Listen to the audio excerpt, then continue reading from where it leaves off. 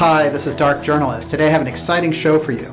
We're going to be joined by Oxford scholar and Giza Death Star book series author Dr. Joseph Farrell. Now we're going to be going over extreme breakthroughs on Antarctica, the Nazi Bell, and Hess doubles, along with unusual occult groups operating before, during, and after the Third Reich. Now we'll draw heavily on Dr. Farrell's classic titles Hess and the Penguins and SS Brotherhood of the Bell.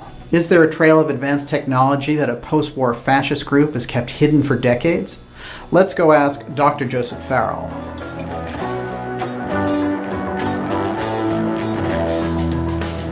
Joseph, it's fantastic to have you back with us. Thanks for having me, Daniel. Now, your innovative work on the Nazi International and the Antarctica mystery is really breaking new boundaries and giving us a much better understanding of how these mysteries impact the current geopolitical situation. Now, one of the major chapters in this book of secrecy is the Hess mystery, or as you call it, the Hess mess.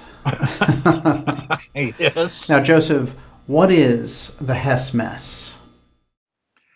Well, the Hess mess is literally all of the stuff surrounding Rudolf Hess and his flight to Great Britain in May of 1941, and then everything that results from that up to the very end of his or somebody else's life in August of 1987. And that's the problem, because most researchers into the mess, as I call it, think that at some point during his stay in Great Britain, and I happen to think this too, although I leave the question open in the book, because you can make an arguable case that that was the real Hess. The problem is there's so much ambiguity from 1941 that you might be dealing with one or the other person.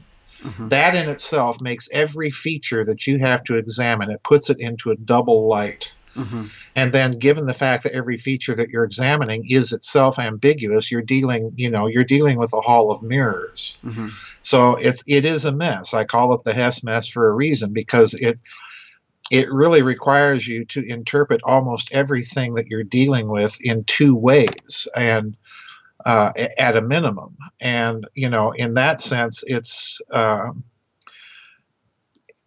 probably the biggest unsolved mystery of the 20th century. I mean, it's right up there with JFK. Mm-hmm. And in fact, between the two, I think the Hess thing is much more significant because of what I think he may have been up to. Yeah. Yeah. Which was anything but small. But anyway, yeah. That's saying a lot. Yeah, that's saying a lot. If it's bigger than JFK, and I think it is. I have a quotation in the book from one of the researchers I studied that, for very good reason, academics leave it alone because it's a mess. Right. What are you going to do with this guy? Yeah. A sort of a nice Nazi. Whatever that means. Right. The kinder, gentler Gestapo. But anyway. No, the whole thing, that the man himself, the real Hess, is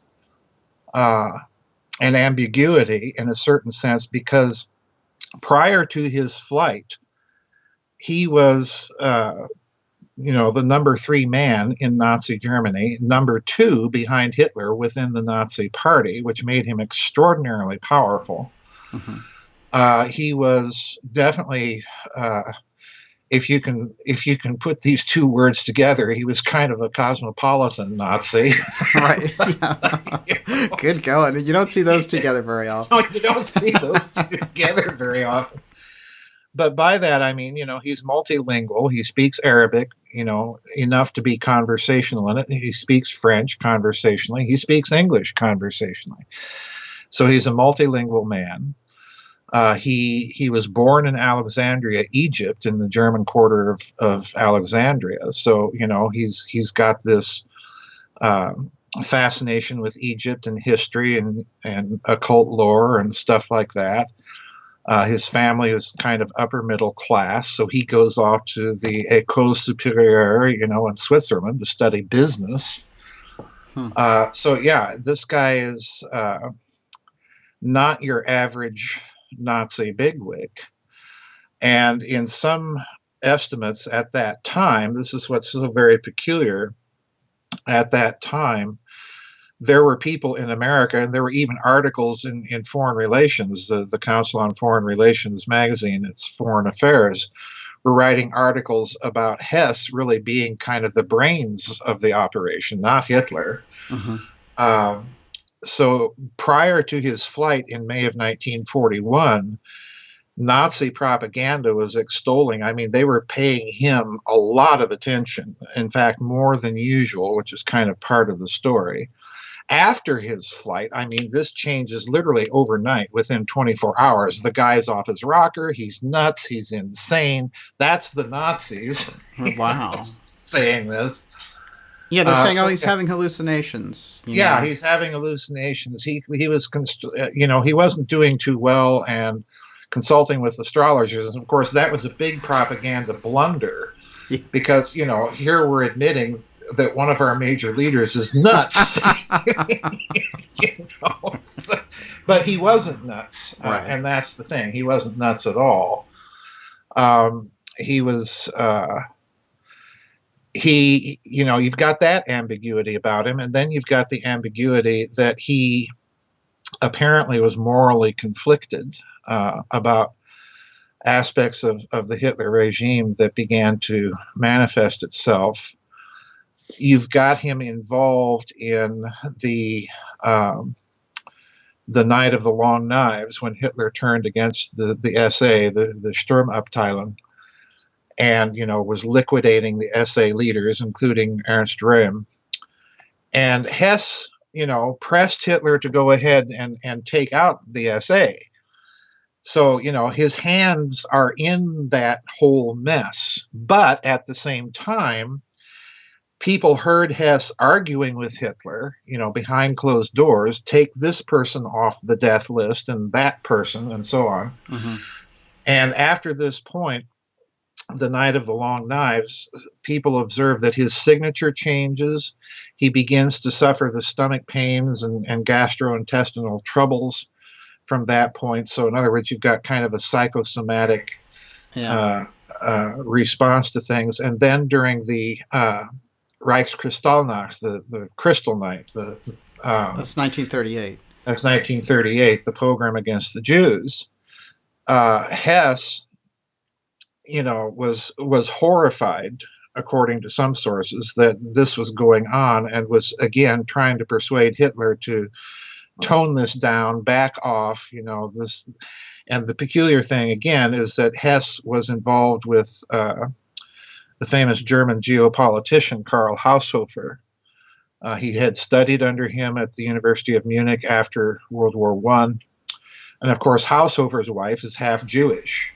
Mm. So, he's got personal relationships that are Jews. And, again, he's trying to protect them and so on and so forth. So he's morally conflicted. But at the same time, to add more to the personal conflict of the man, when he and Hitler are in Landsberg prison after the beer hall putsch in 1923, Hess actually helps Hitler. In fact, their friendship becomes so familiar, so intimate, that they're using the German informal address with each other. Hitler is calling Hess by a diminutive expression in German that actually would indicate affection. Hessarl, he calls him, and mm-hmm. Hess in turn is addressing Hitler as Du. In other words, a familiar friend. Mm-hmm. And then you have Hess. It's popularly well known, that Hess supposedly took the dictation for Hitler when Hitler was dictating Mein Kampf. The reality, if you dig a little further, is that General Haushofer, again, who maintained contact with Hess and Hitler when they were both in prison, Haushofer and some of the immediate people in Hess's circle came out, including an American, incidentally, came out and said, no, Hess wrote many of those passages in Mein Kampf, and particularly the lucid ones. Right. Well, it's interesting because it's a very well written book in certain ways. You know, you have this like could be with that good education coming Right. from good, you know, Right. status in his family. He got that education. He was able to translate Hitler's ideas into this Right. format. Definitely. Yeah, at least the passages in Mein Kampf on the Nazi Party, its philosophy, and the passages on geopolitics, the chapters on geopolitics, those were directly from Hess. In other words, Hess wrote those. Hmm. Hitler didn't write those. And the final thing that most people are not aware of, Hitler's original title for the book was something awful like, 4 years of conflict and turmoil and struggle against the biggest lie in the world, or, Right. some long thing that made no sense. It was Hess that gave the book the title, Mein Kampf. So in other words, he's very influential. He literally is kind of the brains of this whole operation. And so you've got this, in addition to all the other problems in the Hess mess of doubles and so on, which I'm sure we'll get into eventually. But in addition to all that, you've got a morally conflicted man. The real Hess is a morally conflicted man because he's beginning to see the regime go in directions that, to him, middle class German Lutheran, are abhorrent. So the problem here with Hess is also that he writes an essay when he's at the University of Munich studying with General Haushofer. He writes an essay on the future leader of Germany, in which he points out that this leader is going to have to be ruthless and strong, to get the country back on its feet. But then he goes on and says, but it may become necessary for the good of the country for that leader to step aside.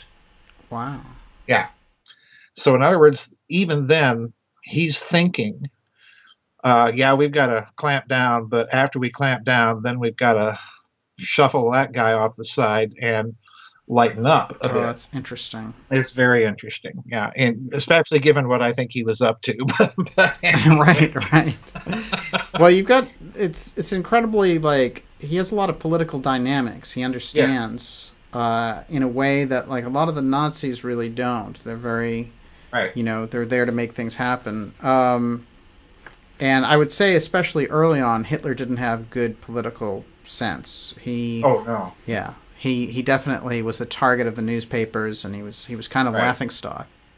Well, Hitler not only didn't have good political sense, he was a lower class Austrian, to be blunt about it, and it's really Hess and Haushofer that kind of train him in the manners and etiquette that he's going to need to move in high places and meet highly placed and influential people. So again, Hess is exerting an enormous influence. And the final thing we need to note about Hess, when the Nazis take power, Hess is designated the Stellvertreter. In the term is a very, very strong German term. It's usually translated deputy Führer, but to give the full force of it, it's kind of like being a papal nuncio or an Ottoman Grand Vizier. In other words, he's the personal representative of Adolf Hitler in the Nazi Party, since Hitler's now taken over, the function of Reichschancellor and so on. Hess becomes Hitler's stand-in in the Nazi Party, which places him in control of all of that vast Nazi Party machinery, its intelligence organizations, both foreign and domestic. It puts him in control of the appointment of bureaucrats in the Nazi state. Every piece of legislation that is decreed by Hitler has to have Hess's co-signature on it. So in other words, he's a very powerful man. In the Nazi state. And, to get a measure of the power, when he takes over the Nazi Party apparatus, one of the people he spots, his eyes fall on this individual as having some talent is Martin Bormann. So it's actually Hess, again, that promotes Martin Bormann to be his personal secretary. And of course, once Hess flies off to Britain, Bormann essentially takes over all of Hess's role and, of course, basically rules Nazi Germany behind the scenes. Hitler's running his war, but Bormann's running the country. Mm-hmm. So that gives you an idea of Hess's power prior to his flight to Great Britain, because he's in charge of the very same apparatus that Bormann is. So he's an immensely powerful man. There's just no way to short circuit this. Anything that's going on in Nazi Germany prior to his flight, he's going to know about. Mm-hmm. So that's kind of the contextual argument for his involvement in Antarctica. There are other direct things that indicate it, but that's the contextual argument for it. So in spite of what academics are saying, well, there's no evidence that he was involved with that, well, baloney. Nothing takes place in Nazi Germany without him knowing about it. So he's going to know about it simply because of his position.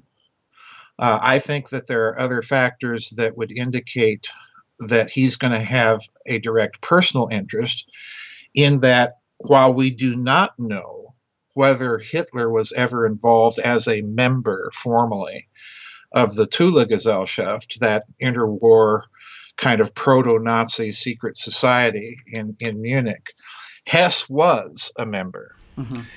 And part of the doctrine of the Thule Society was, of course, this idea that the Aryans came from off-planet and landed here on planet Earth at the poles. Right. So, Hess is going to have a natural personal interest in that Antarctica expedition. So, again, I think the contextual argument there is ironclad, but there's a significant detail that we'll probably get into later once we start discussing what the real Hess mess is, what's at the center of it. There's a significant detail that ties him to Antarctica. Okay, so that's where we'll go next, so this major Nazi technology connection to Antarctica. Now, you and I did an episode on Admiral Byrd's famous expeditions to Antarctica, most notably Operation High Jump, where he apparently witnessed a fleet of flying discs that terrified him and his crew. And that episode got a huge response. Now, we do know before World War II that Byrd was asked by the Nazis to give them a major briefing, an overview, and act as a consultant for their Antarctica expedition. Now, my question is, who was it that was behind this Nazi Antarctica expedition? Oh, Hermann Goering again, sponsored the Nazi Antarctic expedition. That was Hermann Goering that did that. He placed a trusted confidant of his, a fellow by the name of Helmut Voltat, to organize the expedition. We'll get back to Helmut here in a minute, folks, to organize the expedition. So the German expedition goes to Antarctica, flies over, takes, their photo reconnaissance pictures, plants their little swastikas, and goes back to Germany.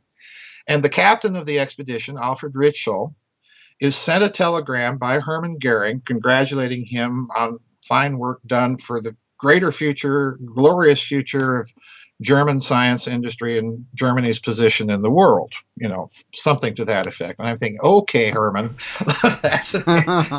that's an interesting statement to make.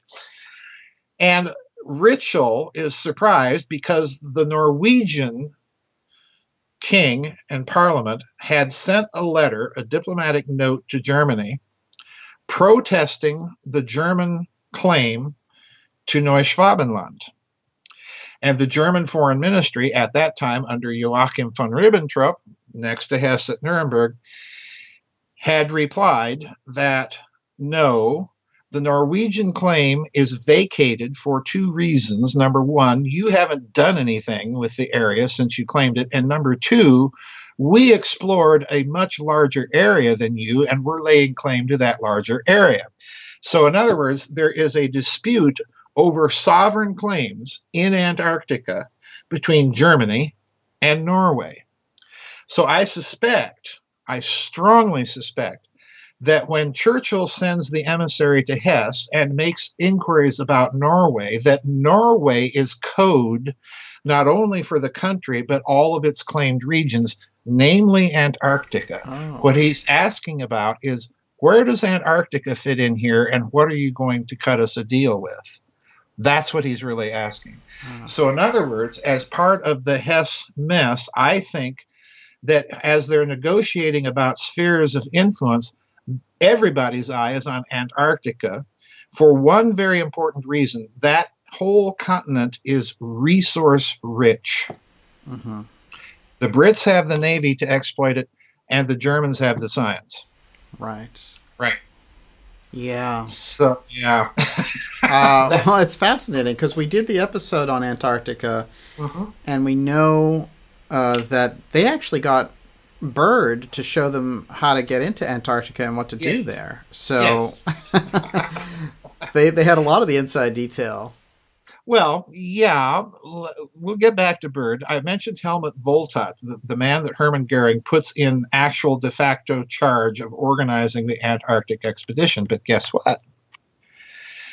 As Helmut Voltat is doing this, he's also Goering's personal emissary in peace negotiations prior to the war breaking out with the British via his contact in the International Whaling Industry Association or some such body. So in other words, the very guy that Hermann Goering puts in charge of Antarctica is also the same guy he's using as point man in these late pre-war peace negotiations with the British. That's really interesting. That's, yeah, add it all together. I think what Hess was also doing was they were literally in their peace negotiations carving up the world into spheres of influence, and top of the list was Antarctica. Interesting. Yeah. And you're thinking it's resources. It makes sense, actually. Oh, yeah. Yeah. However, I do think it's entirely possible that the Germans, in doing their photogrammetry flights over Neuschwabenland and mapping it, that they may have found or seen something that has not been disclosed to this day. Because, and the reason I say that is because when Admiral Byrd goes down there so quickly after the war, and this is yet another big piece of debris in this whole mess, is that Admiral Byrd, as we know, was outfitted for 8 months stay. He only stayed a few weeks. And he lands everywhere in Antarctica except where the Germans landed in 1938 and 39. Right. And then he uses, in the big National Geographic article that he publishes after High Jump, which I think was a cover piece, and I'll get into why in a minute, but he talks about encircling the enemy and advancing on 3 fronts, something to that effect. Mm-hmm. And I'm looking at that phrase and I'm wondering why the military terms for an expedition supposedly that has nothing but a scientific and operational purpose. The operational purpose that we've been told publicly by the United States government was that, well, we knew the next theater of war was likely going to be the Arctic, so we needed to test our equipment and our tactics and our training. And I'm thinking, we've got Alaska and we've got Canada. Why do you need to go 8,500 miles south with a fleet to test equipment that you can do much more cheaply up there? Yeah. So I think it's a cover story. And the reason I think it's a cover story is due to the people involved in planning Operation High Jump with Admiral Byrd. People like Fleet Admiral Nimitz. Okay. Yeah. And Secretary of the Navy, here it comes, James Forrestal. Forrestal, the ultimate insider who knows what it's about. And he's the key point man on the UFO file. In fact, it's his deep knowledge of the UFO file that will cause his untimely death. Yeah. It's really fascinating because, how can I put this? Just like the Hess case, nothing about Antarctica makes any sense. No, nothing about it does. And the fact that Hess is lurking in the middle of it, and that this is very probably a subject of this secret conversation between Churchill and Hess, really makes you stop and wonder. really makes you stop and wonder. There's something about all this that has not come out to this day. I'm quite convinced of this. I want to rope in something for a second from your other research into this, and you could tell me if Mhm. it fits or not. Sure. But do you think any of this secrecy around Hess could have related to the bell? Yeah. Yeah. And the reason why is very simple. He's the Reich Commissar for all technological matters in the Third Reich. So, in other words, there's not a black project prior to 1941 that Hess does not know about. And there's every indication that the Bell is a project underway by that time. Mm-hmm. So there's not a project that he's not going to know about. And let's not forget one of his positions of authority within the Third Reich was that he was also an SS general. So in other words, as all the Nazi hierarchy were, he's plugged into the very top of that entity, which is ultimately going to end up controlling all of the black projects in the Third Reich. So he knows literally everything that's going on. Yeah. Without exception. And I do think that this is one reason that perhaps he, for a period of time in Great Britain, was drugged. And if you read some of his statements that are in the book, he actually states that he played along with them and was, feigning to give answers that he thought that they wanted him to give. But I didn't spill anything. Basically, is what he comes down to say. Mm-hmm. So again, there's every indication that the British were looking for something, that even Churchill at one point may have been involved in trying to find out what's going on with German plans in Antarctica and so on, or he was trying to find out the full scope of this negotiation that Hess came to conduct with members of the royal family and the British peerage. So again, all of this is adding up to a whopper doozy of a huge question squatting in the middle of it all. I don't think anybody has the overall answer. What we have are suggestions, and I even put it that way in the book. Yeah, well, I can totally appreciate that. I just think it's interesting because Hess dies in prison, is it 1987? 1987. Mm-hmm. And the Bell stuff comes up in a trial in the early 90s. That's how we know about it, right? Yes, the Bell stuff comes up in a Polish war crimes trial, according to Igor Witkowski, in 1946. And it's largely in the testimony or affidavit of an SS General Jakob Sporenberg. And the reason he's brought up to trial is that in his affidavit, he admits to being ordered to murder, on the orders of the SS, namely General Kammler, murder 60 of the scientists supposedly that had been working on it.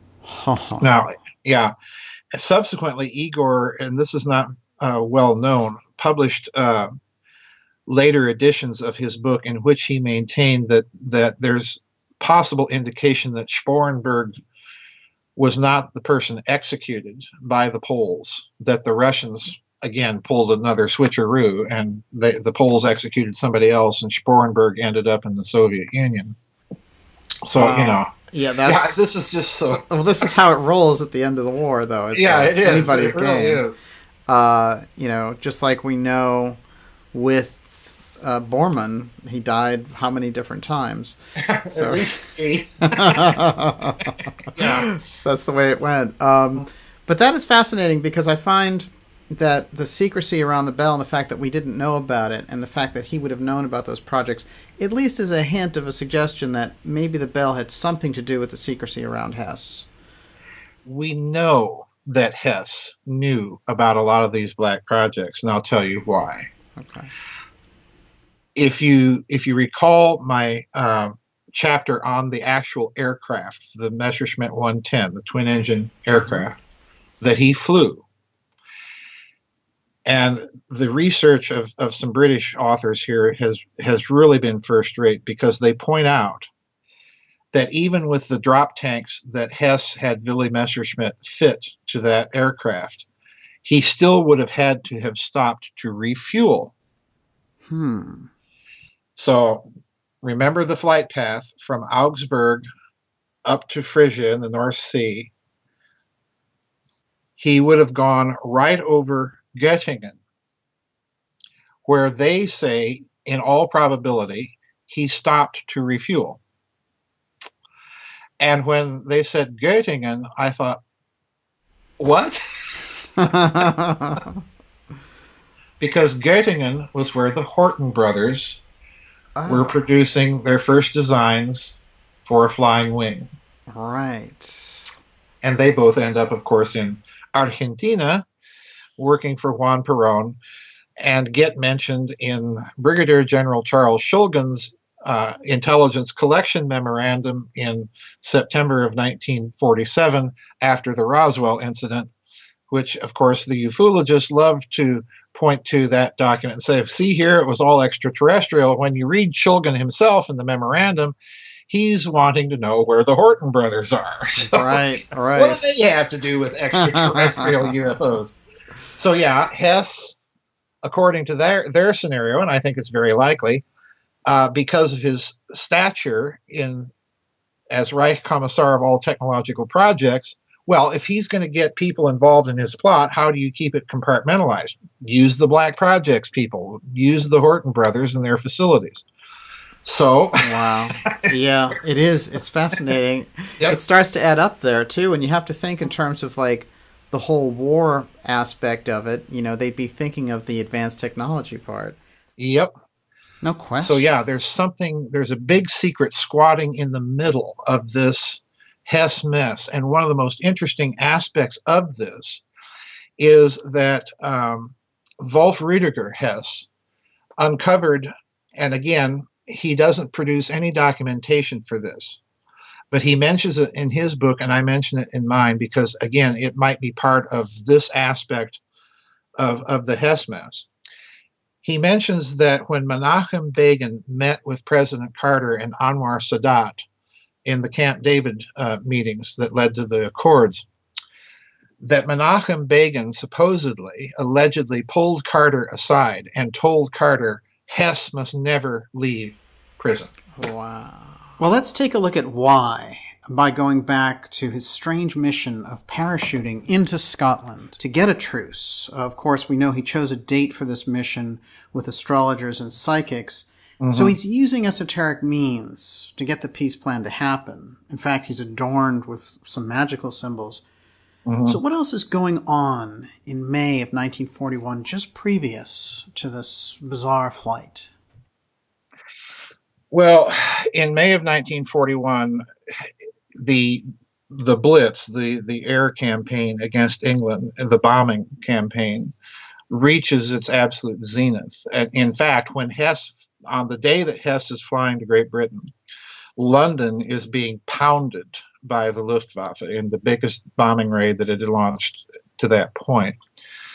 So that's going on. But the big thing is that Hitler has now swept into the Balkans, of course, and kicked the British out of Greece. He's conquered Yugoslavia. He's lined up Romania and Bulgaria with the Axis. And he's making the final preparations for the invasion of the Soviet Union to follow about a month and a half later. And Hess, the important thing about Hess, and as we're going to see Hermann Goering, is they do not think that invading the Soviet Union, so long as Britain is still in the war, is a good idea. Well, duh. Right. But, the way they're looking at it, Goering is the practical military man, and he's thinking, okay, how am I going to, keep my Luftwaffe able to handle the RAF and the Red Air Force? And we're looking down the pike at clear indications of an eventual American entry into the war. And so long as Britain is in the war, that gives America easy access to forward bases. If Britain's out of the war, then America can build and, produce all at once, and it's going to be a very difficult proposition to get it over there into Europe to do anything significant. So the way that Hess is looking at this, we've got to get Britain out of the war, conclude a peace with Britain, and then, take on the Soviet Union. That's the way he's thinking about this. And in fact, if you look at what he's up to, he immediately begins, after the war is started, he immediately begins peace feelers with Great Britain, as does Hermann Goering. Oh, yeah. Which again is bizarre. I point out in the book that Goering, right up to the point that World War II breaks out, Goering is involved in very quiet peace negotiations with the British, trying to prevent this war. Wow. So, and Hess is too. And, that's a little indicator right there, I think, as a significant clue what the Hess mess is. Both of these men, Goering is the number 2 man in the state. He is Adolf Hitler's successor to the offices of state. Right. Hess is Adolf Hitler's successor in the offices of the party. So you've got the second man in the state and the second man in the party, both initiating peace negotiations prior to the outbreak of World War II and continuing those negotiations after it breaks out. So that's the first little clue that there's something going on here behind the scenes with these 2 men. Mm-hmm. Most researchers do not couple their efforts to each other because the academic line is that Hess and Goering were rivals, and therefore, they were each doing their own private little thing. I think that's nonsense. Yeah. They're always like, oh, they were cutting Hess out, and like Himmler and Goering were plotting against him or whatever. Right. Yeah. No, I don't think that's the case. These are Nazis, after all, guys. They're not going to be stupid about this. Yeah. Whatever else one says about them, they're not going to be stupid about it. So that's what's going on in May of 1941. And the other final thing we need to mention is that in my research, I uncovered something that Picknett, Prince, and Pryor mentioned in their research, and I was dumbfounded when I read this, that President Roosevelt was at the same time preparing some sort of big speech that he was going to give to the Congress or Organization of American States, every head of state from Latin America and North America. And the scuttlebutt around Washington from people that were very closely associated with President Roosevelt was that he was going to propose in his speech, propose an actual fusion of the United States and Great Britain. In other words, let's just make them one country. Wow. Okay.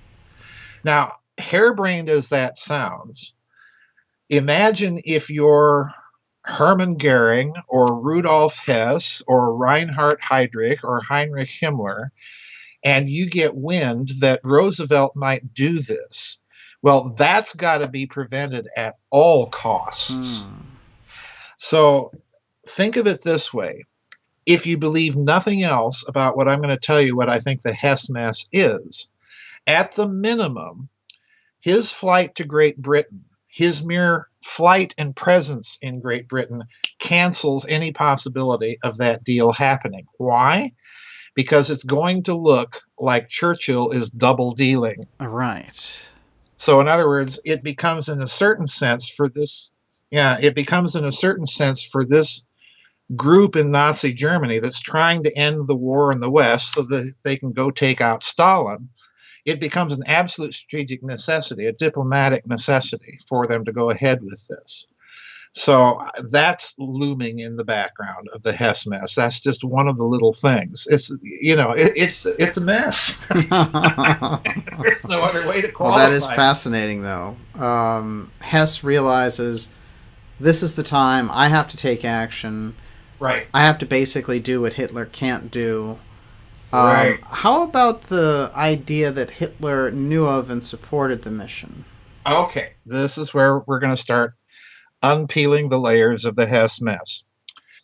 The first thing you have to understand is every indication is there when you study the details of how long Hess had been negotiating quietly through Haushofer's contacts in Great Britain, which included people in the peerage. This is very important.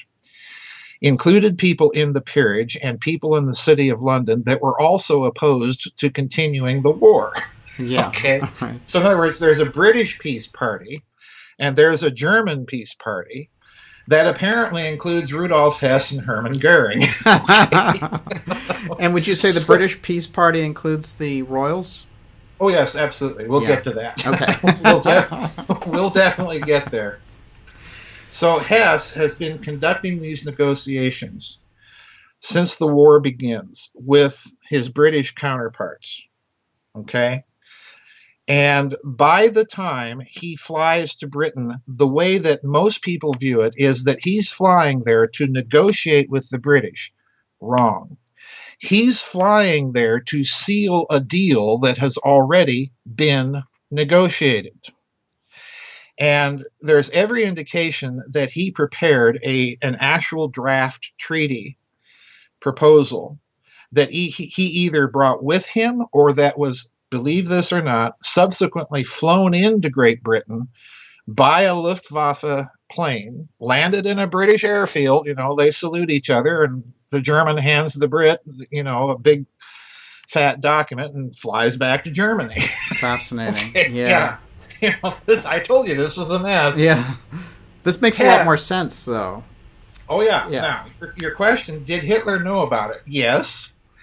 There's every indication that Hitler knew about it. What I think happened was that Hess and Goering, in order to make their scheme work, had to bring Hitler in on at least part of it. The part they didn't tell him was that as part of the deal with the Brits, we got to get rid of you. Oh. So in other words, the peace mission was also a coup d'etat mission. Okay? Now, if that sounds nonsensical, I go back to what I've said before. What better colonel's plot could you have than to have the number 2 man in succession to the state and the number 2 man in succession to the party involved in that plot? Mm-hmm.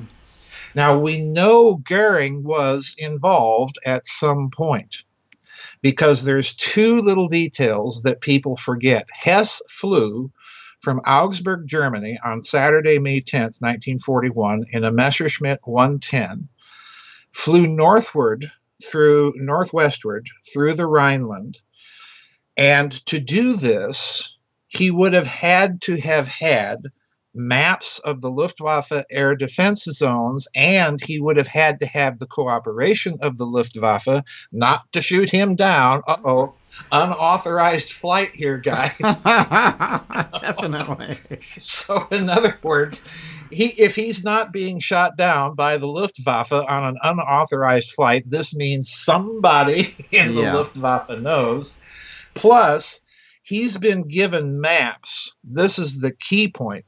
He's been given maps, and we'll get back to who gave him the maps because that's a stunner too. He's been given maps of the air defense zones and the radio beacon direction finding signals that the Luftwaffe uses to send its bombers into Great Britain and into Scotland. So he's got this map marked up with all of this detail. Now, who gives him the map? Well, it just happens to be Hans Bauer. Who's Hans Bauer? Hans Bauer is Adolf Hitler's personal pilot. Wow. So in other words, who is also a Luftwaffe general. So at least the maps had to have come from someone in the Luftwaffe telling General Bauer, hey, it's okay to give him those maps. And that can only be one of 2 people, Hitler himself or Hermann Goering. Mm-hmm. Now, the reason I think it was Hermann Goering brings us to the next strange little detail in the Hess mess. As Hess is flying to Scotland, he's flying to Scotland, and all of a sudden, General Adolf Galland, who's the Luftwaffe general in charge of the air defenses of Western Europe, okay, Adolf Galland gets a call from, guess who? Reichsmarshal Goering. And Goering says, you've got to scramble planes right away. And Gollum says, well, why? There's nothing on the radar. They're not sending anything in. And Goering loses it. And he says, I'm not talking about shooting down anything coming in. It's something going out. It's the deputy Fuhrer. He's lost his mind. Shoot him down. Now, what that means is Goering knows. Mm-hmm. Number one, that means he knows. Well, the question is, how does he know? Mm-hmm. Okay, and his behavior is even more important here because the day after Hess is gone, he pretends not to have known anything about it when Hitler demands to see him at Berchtesgaden. Now, the timing of Goering's call to General Galland is very interesting because Goering calls him after it's feasible to shoot Hess down. Uh-huh. So in other words, Galland is wondering, well, if that's so, Herr Reichsmarschall, he's, miles ahead of us. There's no way we'll catch up with him. But he goes ahead and scrambles, a couple of units. And of course, they don't find Hess. But Goering has covered his big plump, what. He wanted the cover story. He didn't really want to take him down. He didn't want to take him down, but he wanted the cover story in case something went wrong. Right. And that tells me that Goering is involved in this plot. Yes. Okay. Yeah. So, now, when I don't even remember what your original question is. I'm just this is just such a bizarre mess that. I mean, this is like something Hollywood would have cooked up. No, it's good. We started with was Hitler aware, and you brought us into the full arc of it, and that is fascinating because now we're getting to how he actually got out through those air defenses, and I guess you would think on the other end also there's an agreement not to shoot him down. Yeah, well, this is where it gets even more interesting. Because, of course, the RAF is tracking Hess's plane on radar. And you've got a German plane coming in. This could be the, pathfinding bomber for a bombing raid. So what do? Well, they scramble one fighter, okay, and there are already, wait a minute, one Spitfire against a squadron of Luftwaffe bombers. Yeah, right. It's not going to cut it, folks. I'm sorry. And they've got 4 Polish fighters already in the air. And they scramble this guy. He goes up, and he's told to look for this plane. In the meantime, Hess dives. So, the Spitfire is 15,000 feet above Hess. And then on top of this, at one point, another fighter that's scrambled later is told to stand down. Don't shoot it down. So in other words, the response of the RAF to Hess coming in is so completely lackluster that either the British military has become momentarily incompetent and taken leave of its senses, or there's somebody on the British side that's expecting him. Yes. And this is where it gets even more interesting. Because Hess, when he actually parachutes into Britain, demands to be taken to the Duke of Hamilton over and over and over. And I go into this in the book, there are these little exchanges between Hess and his British captors, 2 conversations about beer. And I think Picknett and Prince and Pryor get this right. This is code.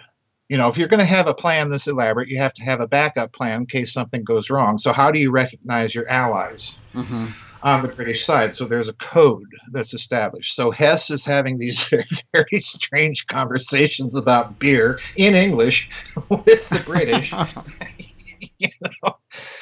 And he keeps demanding to be taken to see the Duke of Hamilton. He's here on a mission to see the Duke of Hamilton.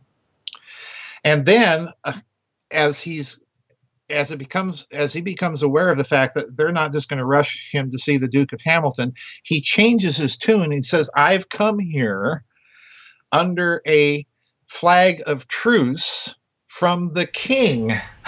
Wow. Yeah. Wow. Yeah. So in other words, again, this, wow. Okay, which of course the king has the power to do. Yes.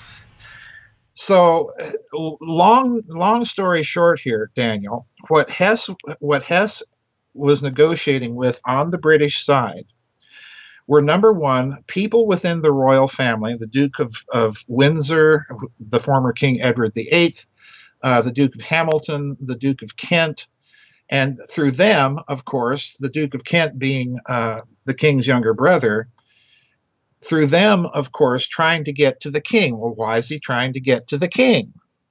Well, prior to his flight, Hess had made a deep study of the British Constitution.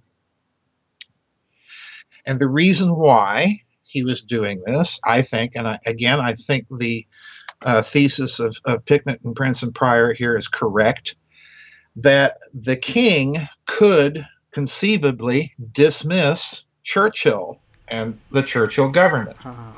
Now, this is key because in all prior contacts between Hess and the German Peace Party and the British and their Peace Party, there were two conditions. The British made it clear that, yeah, we would like to end this war, but we won't do it as long as Hitler's in power. And on the German side, it was, we won't do it as long as Churchill's in power. Right. So the peace mission now becomes not just a coup d'etat plot against Hitler, it becomes a coup d'etat plot against Churchill. Remove them both. Remove them both, which the king could have done. Okay, just simply dismiss the government. And Hess is trying to get, therefore, once he's in Britain, he's trying to get to see the king, constantly trying to get to see the king. Now, here's another mess in the Hess mess, another detail that makes it a mess.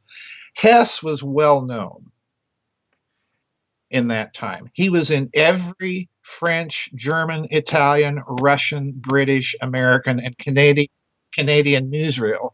If you see this guy, oh, it's Hess. Mm-hmm. When he parachutes into Britain, nobody seems to recognize him. Oh, yeah, he's got a passing resemblance to Rudolf Hess, until somebody, finally, a Polish officer, oh, it's Rudolf Hess. Mm-hmm. Right. It's right here. Yeah. And this is where it gets.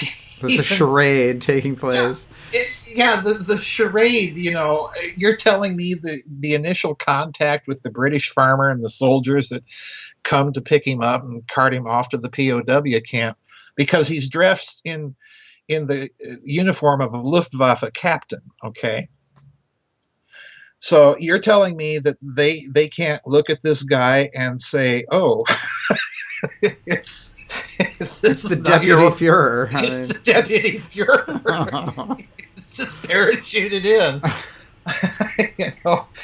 So there's something wrong with the story. I mean, right from the outset on the British side. There's just no two ways about this, Daniel. There is something dramatically and deeply wrong with it.